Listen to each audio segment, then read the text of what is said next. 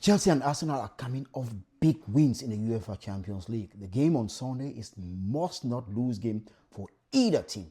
Chelsea can cut down the lead of Arsenal on top of the table to 3 points. Meanwhile, Arsenal can extend it to 9 points. However, if Arsenal extends that to 9 points, then it will be almost impossible for Chelsea to actually make it up.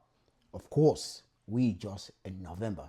But can you imagine Chelsea chasing a team maybe like Arsenal, maybe Manchester City in between? It's gonna be tough. So that's why I say it is a must not lose game.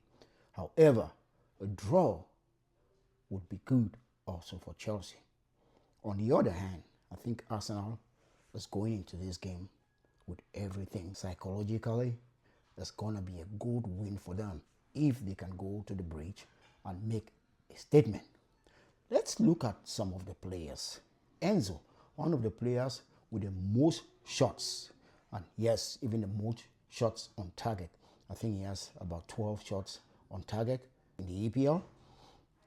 Cucurella, a vibrant left back, one of the best left backs in the EPL and in Europe. We saw what he actually did to Lamine Yamal.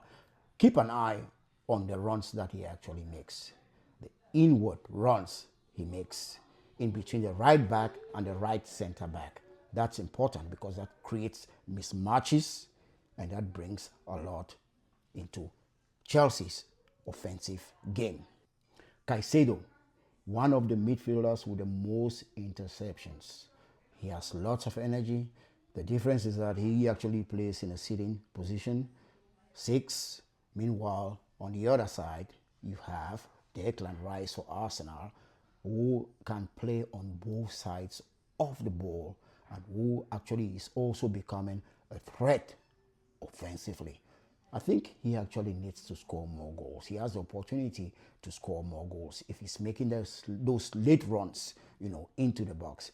Sometimes he just has to time it better, because what I've realized is that he actually sits high sometimes, pressing high. So by the time he's actually pressing high, that space, when that space actually produces himself, he's not the one actually running into that space. But this is something that a guy like maybe Zubimendi can actually take advantage of. Then you also have Eze in that midfield. So the midfield battle, let's say a combination of Caicedo, Enzo, Palmer, if Palmer actually plays, behind the striker, or maybe Pedro, that's going to be interesting to watch that midfield battle.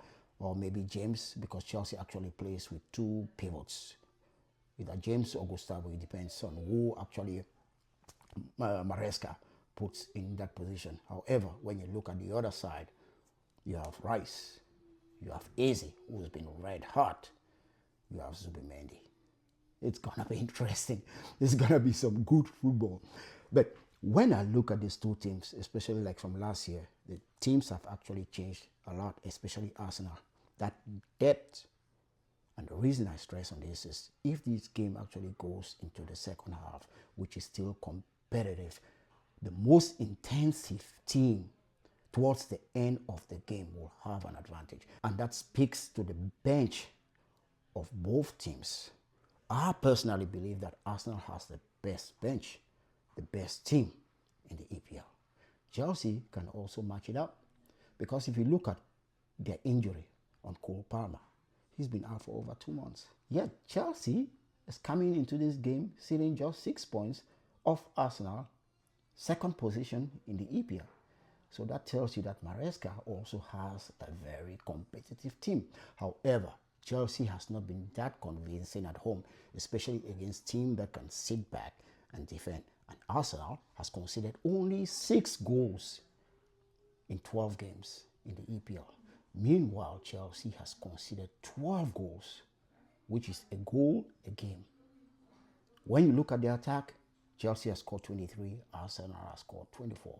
So it's not that much of a big of a gap. Who do you think actually wins this tie? In my opinion, Arsenal by a score of 2 goals to 1.